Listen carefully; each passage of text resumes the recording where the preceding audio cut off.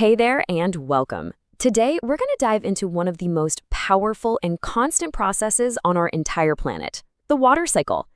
It's happening all around us, all the time. And trust me, it's way more epic than you might think. Let's get into it.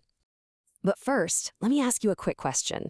The water in your glass right now, have you ever really stopped to think about where it's been? Because I guarantee you, its story is this ancient globe-trotting adventure. So to really get our heads around it, we're going to do something kind of special. We are going to follow our hero, a single drop of water, on its absolutely incredible, non-stop journey around our planet. Think of this whole journey like it's Earth's circulatory system. Seriously, it's this continuous loop that moves water from the oceans, up to the sky, over to the land, and then right back again. And without it, well, life as we know it just wouldn't be a thing. So what powers this whole system? Well, it's all driven by this kind of cosmic tug of war between two massive forces. On one side, you've got the sun's energy, which is constantly pulling water up. And on the other side, you have the force of gravity, relentlessly bringing it back down. That simple push and pull, that's the engine for the entire cycle. So let's start with the first leg of our droplets journey, the Great Escape, all powered by the sun. This is where our little drop of water begins its amazing climb into the atmosphere. Okay, so picture our droplet just hanging out in the vastness of the ocean. The sun's energy beats down, warms it up, and then poof, something amazing happens. It actually breaks free from the surface, turning into an invisible gas called water vapor and starts rising up. That whole process, that's evaporation. But the ocean isn't the only launch pad. Our droplet could take a totally different route. It could get soaked up by the roots of a giant tree, travel all the way up through the trunk, and then get released from these tiny little pores in the leaves. That's transpiration. It's literally like plants are breathing out water vapor, adding their part to the sky. So our hero, now this tiny particle of water vapor, has risen high, high up into the atmosphere. And it's not alone up there. Oh no. It's joining trillions of other droplets, and together, they're about to become something we can all see. See, as our water vapor gets higher, the air gets a lot colder, and that cooling makes it change back into a tiny liquid droplet. It grabs onto microscopic dust particles floating around in the air, and it transforms from invisible vapor into a visible community, a cloud.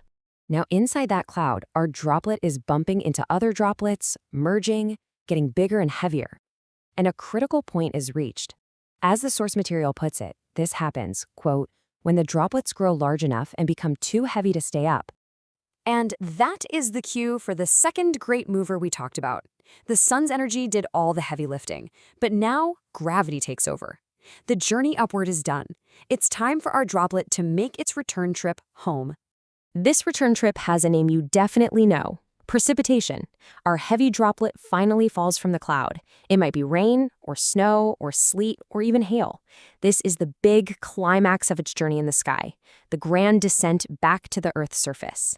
But once it lands, the adventure keeps going. It gets splashed onto a mountaintop and trickle down into a roaring river. It might seep deep into the ground, becoming part of our fresh water supply, or maybe land in a lake.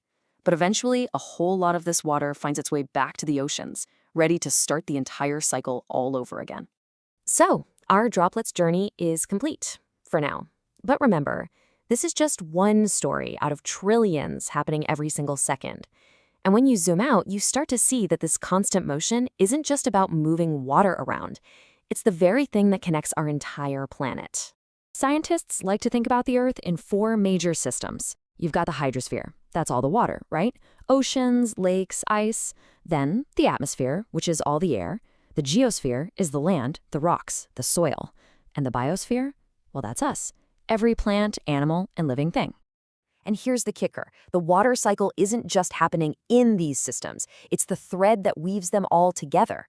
Our droplet moved from the hydrosphere to the atmosphere, it fell on the geosphere, and it was breathed out by the biosphere. It is truly the planet's lifeblood. And this isn't just some abstract science concept. As NASA points out, understanding this cycle has huge, real-world consequences. Knowing where and when it's going to rain is absolutely vital for our farms, for making sure we have drinking water, and for preparing for things like floods and droughts. This is so important, in fact, that there are satellites orbiting Earth right now whose entire job is to watch this cycle happen in real time. NASA's Global Precipitation Measurement Mission, they call it GPM, tracks rain and snow all across the globe. It gives us this unbelievable view of the whole system in action. So the next time you see a cloud, or you feel a raindrop on your skin, or you just take a simple drink of water, just remember that epic journey it's been on. This ancient cycle connects every single part of our planet, from the deepest ocean to the highest cloud. So the only question left is, how does this incredible planet-connecting cycle connect directly to you?